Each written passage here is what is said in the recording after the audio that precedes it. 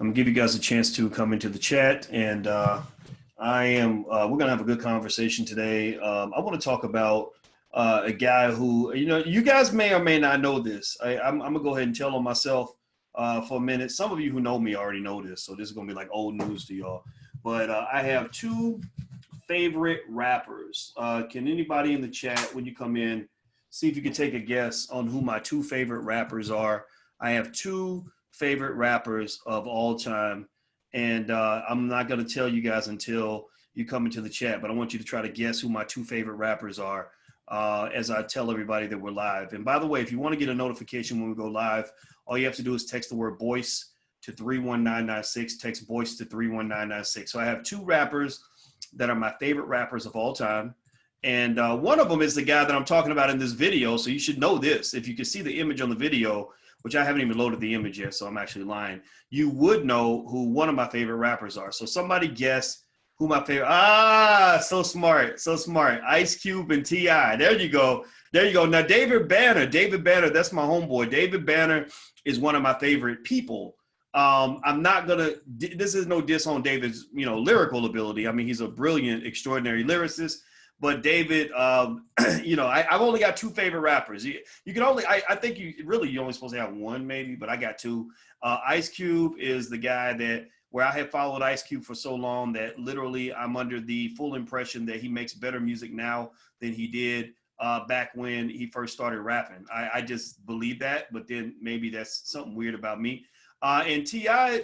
is just brilliant. I mean, his lyrical ability is extraordinary, and that's all it is. That's all there is to say about that. There's nothing else to say. So we're not here to talk about rappers. I'm not here to sit on a rapper's testicles today.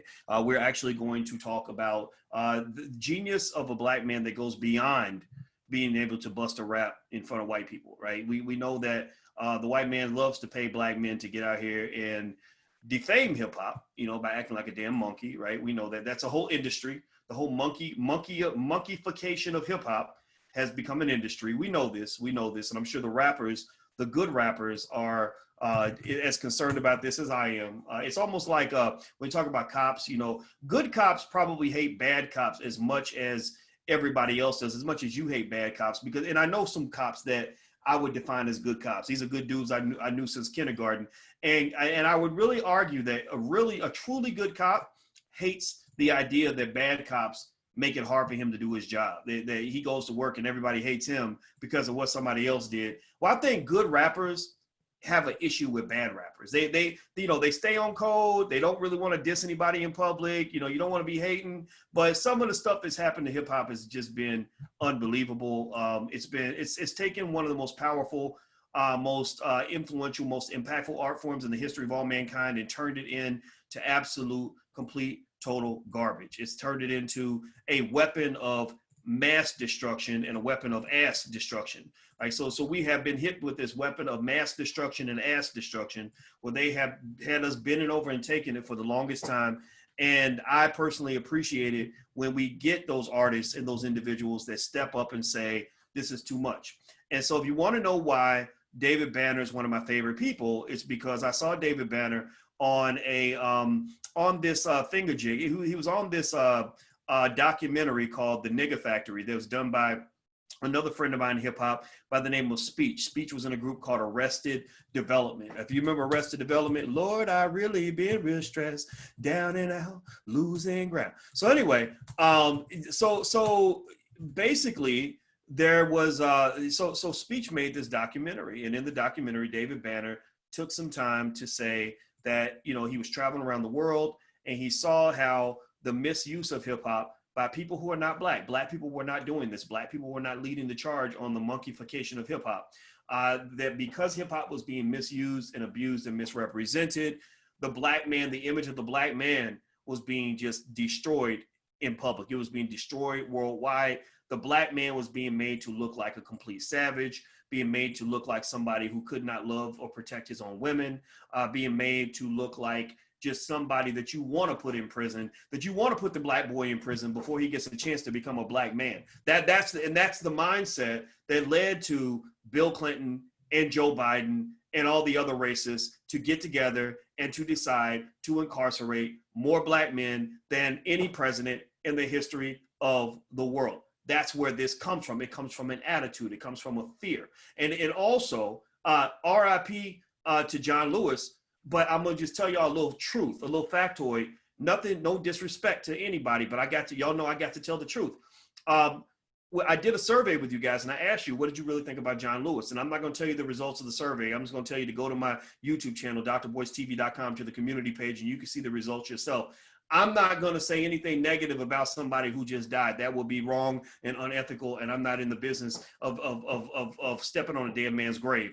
But I'm also not in the business of lying to my people. And one of the things I will say is that when you go there and you look at those survey results, you will see that Black people are not necessarily as much in love with some of our so-called civil rights heroes as some might lead you to believe. I'll give you an example. When you talk about that mass incarceration bill, when you talk about the 1994 crime bill, which was one of the worst, most destructive, most racist weapons of mass destruction beyond hip hop, next to hip hop. Now, mind you, this happened during the emergence of gangster rap, right? The same time, people who were not Black, they started to promote music, calling Black women bitches and hoes, telling young Black boys to go commit crime so they can get locked up, encouraging Black men to sell dope, encouraging them to kill each other, and celebrating that. The same time that music was rising up, it's the same time they're pushing that crime bill.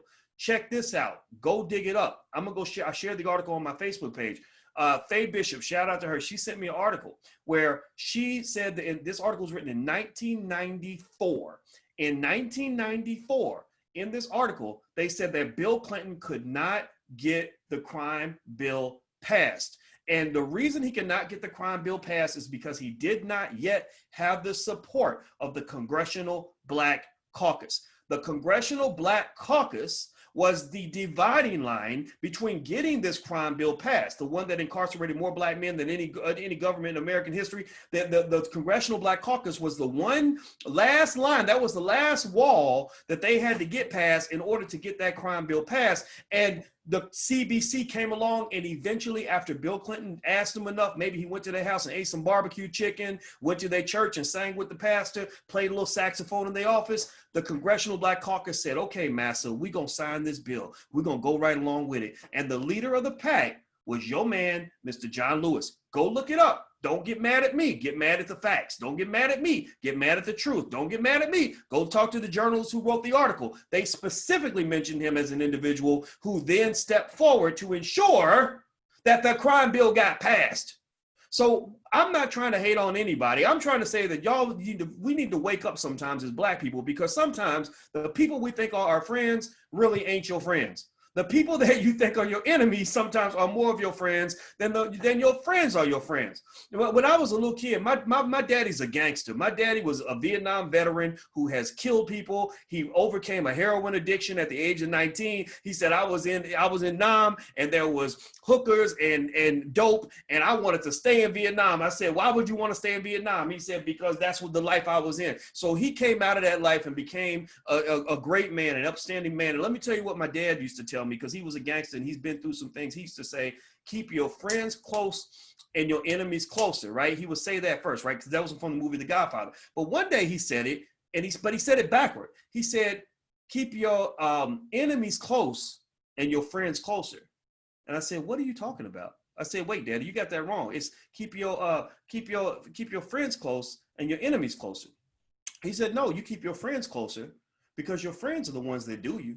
He said, your friend is the one who can run up on you and get you when you ain't looking. Your friend is the one that you invite into the house so he can go tell you to go to the refrigerator and get him a beer so he can pop you in the back of the head, right? Your friend is the one who takes you out. So part of what Black people have to confront is the fact that a lot of the people who did you dirty, the dirtiest, many of these people are the people you admire the most. And when you find that you've been infiltrated to that extent, when you find that you've been infiltrated to the point where it's your friends that have done the most harm to you, at that point, you kind of have to back up and say, maybe I really don't have any friends. Maybe you need to re-examine everything and everyone to ensure that you're going to be safe moving forward. So I propose to the League of Intelligent Black People, this platform is for intelligent Black people, that we take a moment to examine everything and everyone and everybody including all of our so-called historical figures, these heroes that we're supposed to love and idolize, and really ask ourselves who was really making progress and who was just pretending to make progress, right? Because if somebody's really harming you, and white supremacy loves that person for the harm they're doing to black people, and the white supremacist is controlling the media you consume, they're controlling the education you consume, then they're going to come to you and tell you that the person that's poisoning you is the person that you should love the most.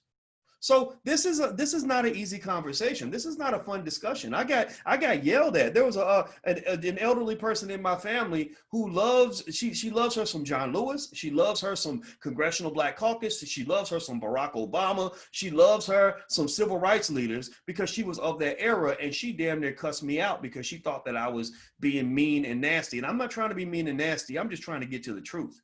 Because clearly one thing that we know without any question is that to this day, whatever we've been doing to this point has not been working. Can we at least agree on that? Can you at least give me a yes in the chat if you agree that what we've been doing to this point has not been working? This is not anti-anybody. This is pro-black. This is a pro-black conversation, and it's probably going to hurt some people's feelings. Give me a yes if you agree that what we've been doing to this point has not been working.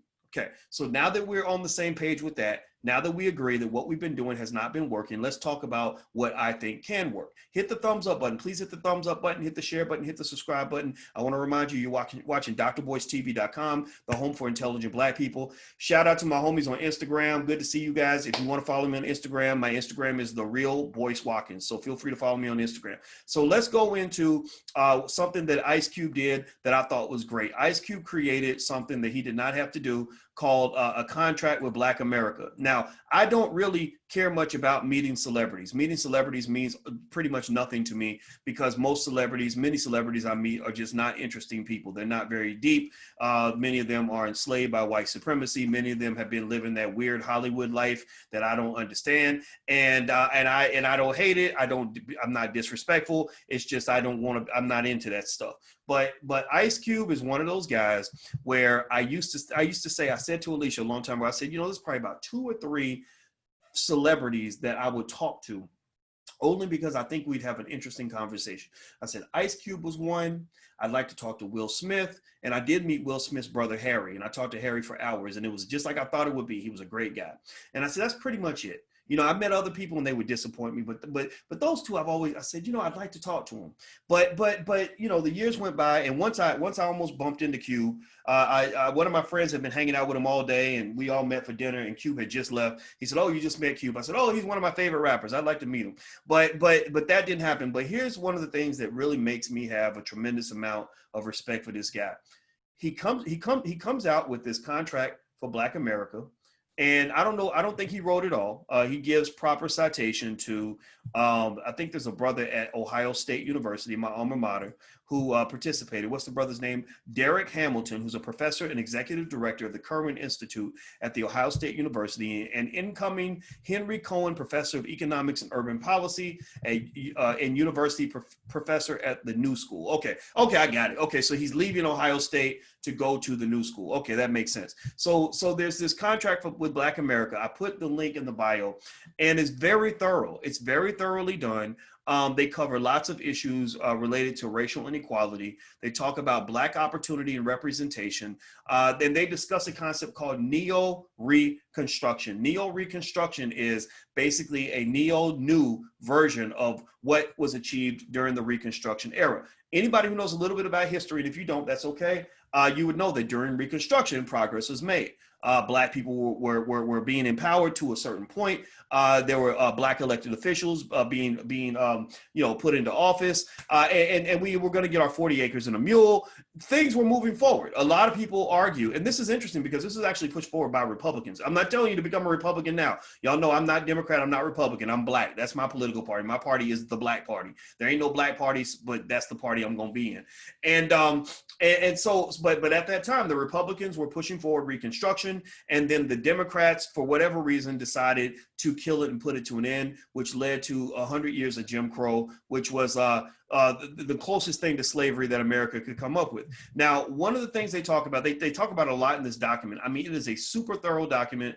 It was well thought out. They hit every base imaginable, and I think it's a very good start. And what I think that has to occur with the document, this is my suggestion to Ice Cube. If you're watching, man, congratulations, good job on this document. What I would recommend is, if this has not been done yet, is putting it in a 10 bullet point framework, maybe a 10-point plan, or something like that, something that is easily digestible, because this document is long and it looks like it was written by a scholar. And I love scholars because I'm one of them, but sometimes scholars can be talking up here and the rest of the world is living down here. So I think that scholars, another level of scholarship is the ability to think up here and talk up here if you have to, but learn to think up here and maybe sometimes talk down here so you can elevate people so they can come up to where you are. That's what I think works best, because we have too many Black scholars. This is one of my biggest gripes with academia that I used to have. We have too many brilliant Black scholars who are hemmed up, locked up, saved up, stored up, locked away in academia, doing a bunch of really significant, impressive, amazing work that nobody gives a fuck about, because nobody's ever going to see any of that work. It's never going to come to the light of day. The public will never see it, because your massa, your academic massa, is never going to reward you for doing things that are beneficial to the Black community. So at the end of the day, we lose a lot. We lose probably $100 billion every generation or more in human capital, maybe $1 trillion in human capital, from all of the brilliant Black people that are locked away working for white institutions, doing white people work, when there's so much Black people work to be done. I'll give you an example. Myself, when I was at Syracuse University, I was sitting around spending 14 hours a day writing what I thought was some pretty damn brilliant and impressive financial research, trying to get published in these journals run by a bunch of elitist white boys, and Black people knew nothing about any of this. And I remember thinking, this is really profound stuff. This is amazing information. If Black people knew about this, my God, it would be awesome. I wish I could get on TV, because right now the only people that get on TV are the rappers, and the rappers are teaching Black people how to twerk and how to rob a liquor store and how to go get high. But maybe somehow they can find space for somebody who's actually going to teach Black people to do something that's going to keep us alive as opposed to kill us. So that was my fantasy. That was my dream back in the day. Other than marrying a woman as beautiful as Alicia, my other dream was to be able to connect to my people and have a platform that allowed me to talk to the world. And so I think all scholars out here should be talking to the world. I also think it should be demanded upon politicians that claim to care about the Black community. Your politicians that are looking for Black votes should be required and expected to include Black scholars and thinkers and attorneys and business people when they're sitting down at the table for negotiation. When you're sitting down and you're talking about reparations, why ain't you got Dr. Claude Anderson in the room? Why has no one called Dr. Claude Anderson, the author of Powernomics, one of the greatest books of all time when you're talking about Black history and reparations and the case for reparations? Ta-Nehisi Coates wrote a great book, good for him, but he ain't Dr. Claude Anderson. Ta-Nehisi Coates is not bad, good for him, God bless him, but he ain't Dr. Claude. Dr. Claude, if you read Powernomics and Black Labor, White Wealth, you will know everything you need to know about American history and why Black people deserve reparations and what those reparations mean. Also, you will see a power plan for Black people that will allow us to gain economic control that we need. Charlemagne the God listens to Dr. Claude Anderson, and even shout out to Charlemagne. Dr. Claude told me that he flew down to Dr. Claude's house after he had him on the Breakfast Club, and they had a long conversation. And I respect Charlemagne because Charlemagne respects Dr. Anderson. I don't care about anything else that happens on his show. I do know that that's one thing that let me know that Black people were in the midst of a tremendous generational, epic, historic power play. When you have your biggest entertainers in the world reciting knowledge that's coming directly from the umbilical cord of the most brilliant scholars that exist in the community, that's when you're seeing Black people waking up on a cosmic level. That's when you're seeing us doing things that were only a dream in the past. Having a Black president, that was cool, that was nice, that was great for your self-esteem and all of that stuff. But there are Black folks who don't need a self-esteem injection. They already know who they are. They already are proud of who they are. They already know that Black is beautiful. So they don't need the symbolism. They want something real and something tangible. Dr. Anderson speaks on things that are tangible, and people are listening to that. And I think that is something that you can really be proud of in terms of what we've accomplished literally in this decade alone. Like, this decade is no less significant, in my opinion, than the 1960s, because you are seeing Black wokeness at a level that we haven't seen in a very long time. So this Ice Cube contract with Black America, very well written. He says, for example, I'll read some of it to you and I'll kind of give you an interpretation as we go along, but I'm not gonna read the whole thing because it's very long. You should look it up. The link to it is in the description of this video on drboycetv.com. Here, it says local funding for schools will be determined by an equal per student fund for all schools throughout the state. So that means that all the schools should be funded equally, which makes sense. Mandatory civil rights and anti-racism classes in all elementary schools.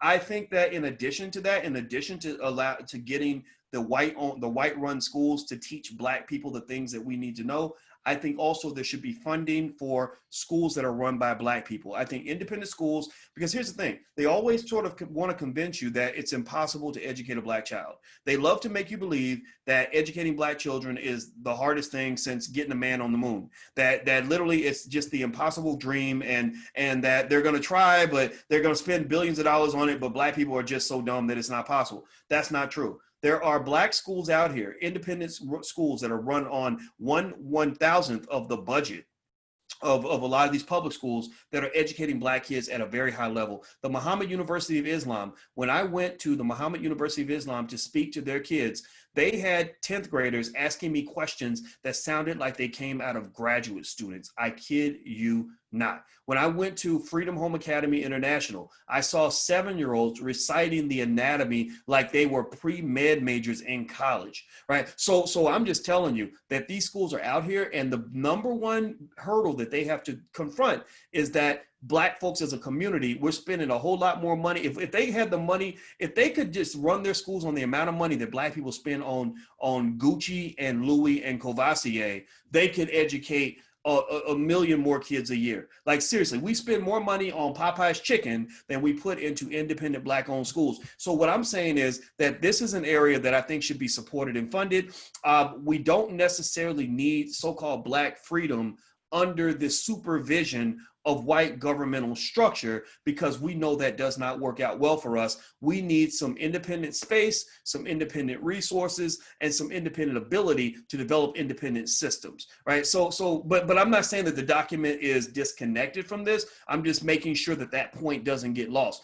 He talks about Black representation on all government, civil rights, and investigative bodies. Absolutely. Reform gerrymandering of districts, which protects the Black vote. Okay, sure, I'll go along with that, but y'all know how I am about voting. I'm not really sure if that's actually ever done much for us, but I'm not telling you not to vote. I'm just telling you I need to see more evidence that it actually makes a difference in our lives. When you have Democratic run cities that are the most fucked up cities in America, like Democratic run cities that have all the violence and all the insanity going on, like Chicago is a Democratic run city, and Black people are being shot up a whole lot more. Like so many Black people being shot up in Chicago, you would think everybody got coronavirus. Like since everybody's talking about people dying from coronavirus, what about people just dying from bullet virus? Like that's worse than a virus. A bullet in the head probably hurts you worse than coronavirus does, and nobody talks about that, and nobody considers that to be a serious issue.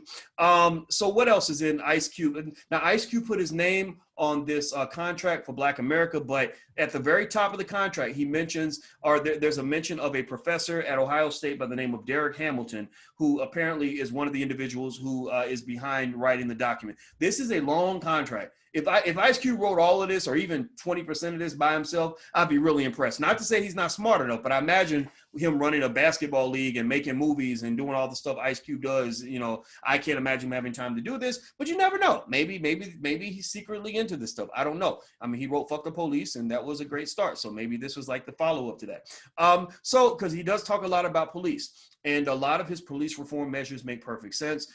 He talks about where, police living in the communities that they patrol, which I think can be done in good measure, in the sense that I did talk to some cops who said to me that part of the reason that you don't want to live in the neighborhood that's where you're living right next to the drug dealers you might be arresting is because you're putting your family in danger, right? Like, who wants to send their kids out to play when there's dope dealers in the hood that don't want you around, and they see your child walking down the street and then they get killed? That happens in Chicago all the time. Rival gangs kill each other's children as revenge, right? So we know the police are the biggest street gang in America. We know this, right? So he does actually, they're very specific about saying things like, how far away from the district you should live, and what percentage of the cops should live within a specific range of the district that they're patrolling.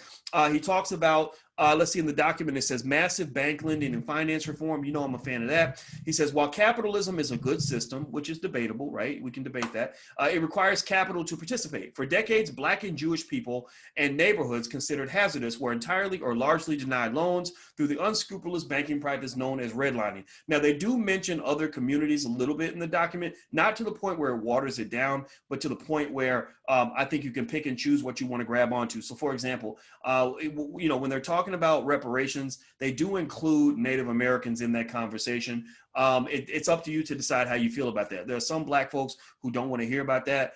Some Black folks who think that we can do both. It's up to you to make that decision.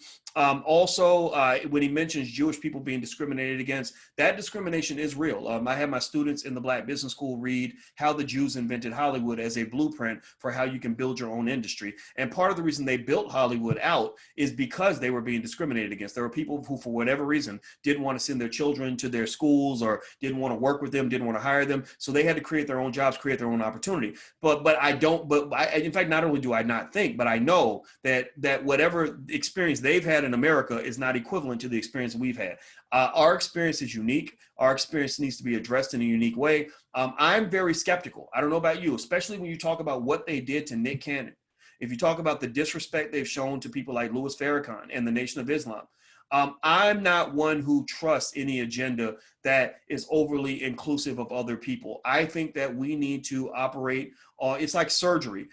You know, don't tell me that you're giving me heart surgery when you say you're going to work on the lungs and the kidneys and the left leg at the same time. No. Let's focus on the heart. You can get to the lungs later. You can get to the kidneys later. You can get to the left leg later. There's no reason you have to do them all at once. So when you're talking about a Black agenda needs to start off being fucking Black. Like, just start off making the damn thing Black. Like black, bliggity black, 100% Black.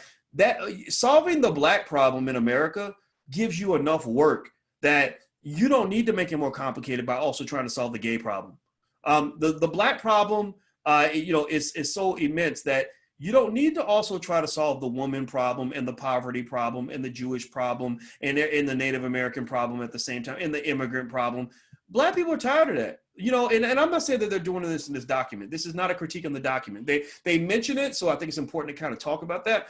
But I really think it's important to really kind of just at least make this point. Look, you know, we're tired of you watering us down and mixing us in and blending everything, blending our issues in with other people, not because it's a matter of real efficiency, right? It's not like it's truly efficient to solve the Black problem and the gay problem at the same time. It's not that it's more efficient. It's that it's more digestible for you. It's more palatable, right? You're more comfortable doing it. Because at the end of the day, part of the reason your politicians can't address issues that relate to Black people is because they hate your ass. They don't like you. They're afraid of you. They think you're dangerous. They think you're worthless. They wish your mama had aborted you before you came out of the womb. So in a way, you know, it is a little bit challenging to expect that America is one day going to love Black people enough to do right by Black people when America never loved Black people in the first place at all. They don't like you. So why are you thinking that someone who doesn't like you is eventually going to like you enough to want to help you? Why do you think that the foundation and the core reasoning behind their decision to help you is going to be driven by love? You're looking for love in all the wrong places. Nobody goes to their worst enemy, the man who just tried to kill their whole family, and says, you know, I want you to like me enough to help me feed the family that you just tried to murder. That's not going to work. The only way you can get a concession out of someone who hates you is when you use power. You use things like powernomics. You use power to force them to concede to you as a condition of having a society that's going to be tolerable for everybody. The condition for you to get my support in the next election is that you must do these things. I'm not really going to wait around for you to be happy doing any of this. I don't care if you're comfortable doing any of this. I don't care if you're voluntarily doing shit. What you do voluntarily is up to you. But I'm talking about what is mandatorily required in order for you to get my support. This is mandatorily required for you to get my dollar bills. This is mandatorily required for you to get anything from me. And if you don't do these things, it's okay. It's your right not to do these things, but don't you ask me for nothing. Don't ask me for anything. You see, think of it like going to a job. When you go to a job, your boss isn't paying you because they love you. Your boss is paying you because they have to, or because if they don't pay you, you're not going to do the work, right? Or if you have a business, the customer may not be giving you money just because they love you. Sometimes they love you, sometimes they may not. But if you have something that they need, if they're thirsty and you got water, they're going to give you the money for the water, and they might slam the money on the table because they hate your guts, but they're still going to pay you because they need the water. So take emotions out of it. This whole, civil rights gets us nowhere most of the time. It just hasn't. Let's just be real. Also, acceptance, this whole idea of social acceptance will get you nowhere as well. America ain't ready to really love you. America is a country that loves power, actually, and they hate weakness. That's what it is. So when you show up as the weakest, least empowered person in the room, they're just going to hate you because you're weak. They're going to hate you because they don't respect you. And Dr. Anderson talks about that, actually. He actually has brought that up on many, many occasions, that they don't just dislike you because of the color of your skin. Like, there are plenty of Black people that they might consider to be their best buddies. They don't like you because you're weak and you're sloppy and you have no power and you let people kick you in your ass and you don't fight back. All right, so let me keep going. Let me keep reading. I'm going to read a little bit more. I'm reading from Ice Cube's contract with Black America. You can look it up. The link to the contract is in the description of this video, which is on drboycetv.com. Also, don't forget, on the weekend of August 7th, we're doing the Black Stock Market Weekend. So if you want to go through the process of learning how to add stocks to your portfolio, I wrote my dissertation on the stock market, so I know the stock market very well. I go to blackstockmarketweekend.com. That's blackstockmarketweekend.com. Feel free to join us. Okay, so they talk about lending and finance reform, and basically they break down how redlining has killed Black wealth. And they lay out some really interesting proposals. They say, although the Black population is roughly 13.4% of the nation, approximately only 3% of loans and credit are given to Black people, whether for credit cards, home mortgages, or Black-owned businesses. In addition, only 1% of banks are Black-owned or led. Bank lending on a yearly basis by percentage dollar amount must match the Black population in communities which the banks serve. However, the minimum threshold must yearly meet the percentage equal to the national Black population. As the Black population increases, this minimum threshold will increase. Yearly audits and banks not meeting the minimum standard face the loss of their bank charter. So I like that a lot. So they said basically every bank in the United States should lend in each category of loan, credit, mortgage a minimum of 13.4% to Black-owned businesses or individuals across the category or instrument of financing involved. I approve this message. Rates on Black loans federally and from banks must be the same as average rates for whites. For qualified Black Americans, Federal Reserve to allow a one-time interest-free loan for home ownership. I like that too. Give them an interest-free loan. The Federal Reserve currently provides corporations with free or 1% loans and is flooding the market with liquidity. Instead of all of it going to prop up the stock market, help create Black family wealth through property ownership. I agree with that 100%, because actually the biggest divider between poor and middle class is home ownership. If you ever want to go from poor to middle class, buy a home, and after about 10, 20 years, your tax bracket will elevate because your wealth will elevate. Then if you want to make that leap from middle class to upper class, that's where you invest in the stock market. The stock market is the number one factor. Many studies show this. The stock market is the number one factor that divides middle class from upper class. So if you want to know why the 1% keep getting richer, why Jeff Bezos added $30 billion to his wealth during the pandemic, it's because he's a big owner of stock. Right. And so the Fed, to their point, the Fed has used a lot of that liquidity to prop up the stock market, but they need to add a racial justice component to what they're doing. I've heard the Fed chairman, Jerome Powell, talk about economic inequality and racial inequality as a bad side effect of the pandemic. But it's one thing for them to acknowledge it, and it's another thing for them to address it. They're acknowledging it, but they're not addressing it. And I think that this document pushes them to address it. Now, what does that mean? Well, that means that, again, once they condense this to a bite-sized 10-point plan that's easily digestible by the public, then that means that you can go to a Joe Biden when he's showing up at your church, basically, eating barbecue chicken with the pastor and singing old Negro spirituals, trying to get you to show up to the polls, souls to the polls and all these other stupid things, or sitting next to your favorite rapper to get you to go vote. You can bring that 10-point plan to him and say, we need you to sign this document, put your signature on this piece of paper. If you don't put your signature here, Mr. Biden, it's okay. We're not going to hate you for this, but we're just not going to vote for you. So you don't have to sign shit if you don't want to. But if you want our vote, you need to sign the document. So that's how you make what is called a power move. That is how you just make it clear. Like, that's fine, but we're not, again, when you negotiate, here's the thing. The reason Black people have a hard time negotiating collectively is because y'all are too trained to be scared. You cannot negotiate when you're afraid. I learned this. I'm a really good poker player. I love poker. Poker is a game of psychology, strategy, and math. That's why I love it. I don't like gambling, but I love poker. And the thing about playing poker is that if you really want to be a good poker player, you can't be scared to die. If you really want to be good at poker, you can't be scared to go broke. You can't be scared to mess up. You can't be scared to lose. You must be willing to go all the way to the wall in order to prove to the next person that they better back down or else, right? So really in this whole situation, in this whole racial dynamic in America, you're sitting in a big poker game at a big negotiating table, and they're going to do everything in their power to try to scare you. They're going to say, oh, if Donald Trump gets elected, he's going to come and kill every Black person and put them in slavery again. And you got to say, well, I guess I have to get an extra gun. If Donald Trump gets elected, it's going to be terrible. He's going to build a wall. Oh, well, good thing I'm not a Mexican, right? Seriously, like they're going to do all of that and kind of scare you. And you have to be able to say, my fear of whatever it is you're threatening me with it does not exceed my desire to achieve the goal at hand.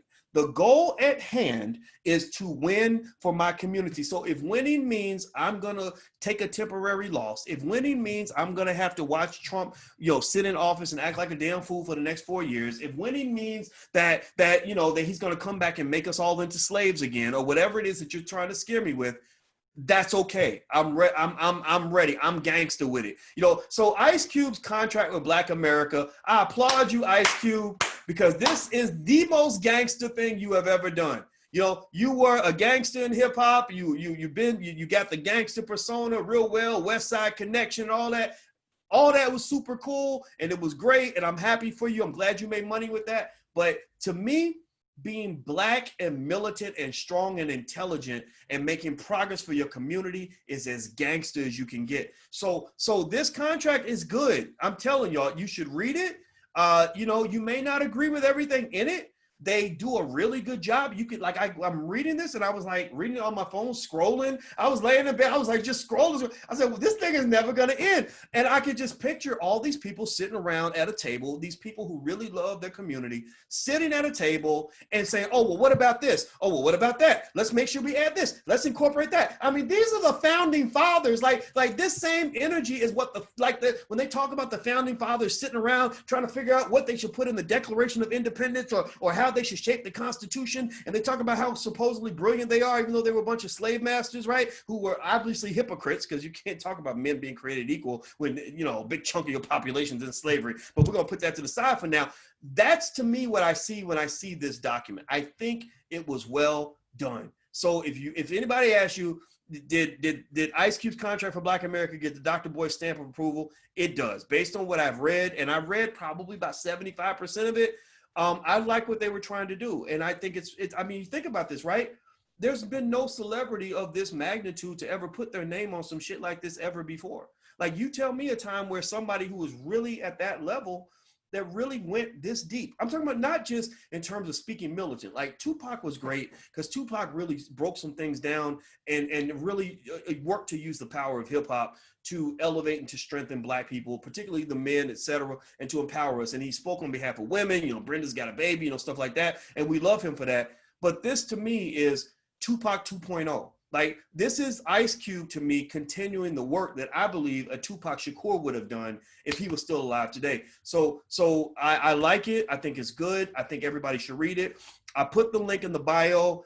Go check it out. I can't say I agree with every single thing that's in here. I mean, they're talking about teaching workforce discipline, 360-degree support, living stipends for it. I mean, they're going deep on this document, and so I think it's good. I really like it. You know, so go take a look at it. Tell me what you guys think in the comments. I'll read your comments and I'll kind of process it some more. But Ice Cube, if you see this video, congratulations, brother. You have my respect, and when I meet you, I will give you a hug and a handshake because as much as I love you as a rapper, you've now transcended hip hop and become something much more than just an entertainer. And I applaud you for that. And that's what it is. All right, guys. So do me a favor. Please hit the thumbs up button. If you haven't done it yet, please hit the thumbs up button. You can follow me on Instagram at The Real Boyce Watkins. Also, the Black Stock Market Weekend starts next Friday, August 7th. We start at 8 p.m. promptly, 3 straight days. We're going to do 11. I'm going to break down my 11-step methodology on adding stocks to your portfolio. It's going to be really good. I'm going to answer every question you have. If you have any